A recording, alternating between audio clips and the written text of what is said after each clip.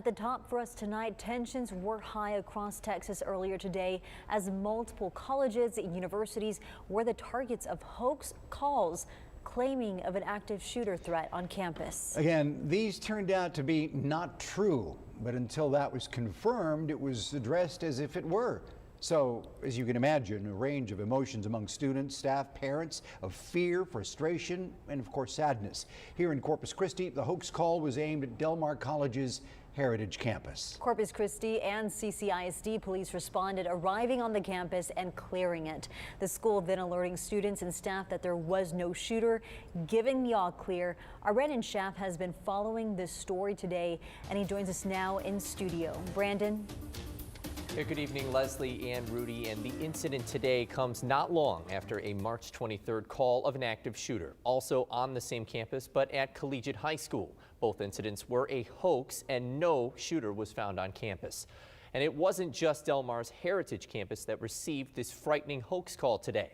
8 colleges and universities across Texas receiving similar fake threats of an active shooter. This map showing where those calls happened and law enforcement investigating to see if they're related. This turned out to be a hoax call, but we're going to treat every single one of these calls that come into our dispatch as if it's, you know, an actual active shooter call. CCPD received the hoax call about an active shooter at 10:15 a.m. Thursday. Lieutenant Michael Pena said officers searched for a suspect but did not find anyone on the Del Mar Heritage Campus. He said even a hoax call like this can affect everyone involved. You're putting a lot of people in fear, students, faculty, parents. I don't understand the mentality of somebody that would call in a hoax. 3 News spoke with students on the campus who were notified by the school and warned to shelter in place. They were notified after about 19 minutes that it was a hoax, given the all clear. There was no shooter. When I first heard it, I was a bit hesitant because I wanted to know if it was true or if it was also a hoax. Relief, but also frustration. You never play a game with 911. It's a waste of their time. They got emergencies to go to, and they don't have time for games like this at all. Del Mar officials said they are aware of other hoax calls around Texas, but are not in contact with other schools. The call was documented and a CCPD detective will investigate.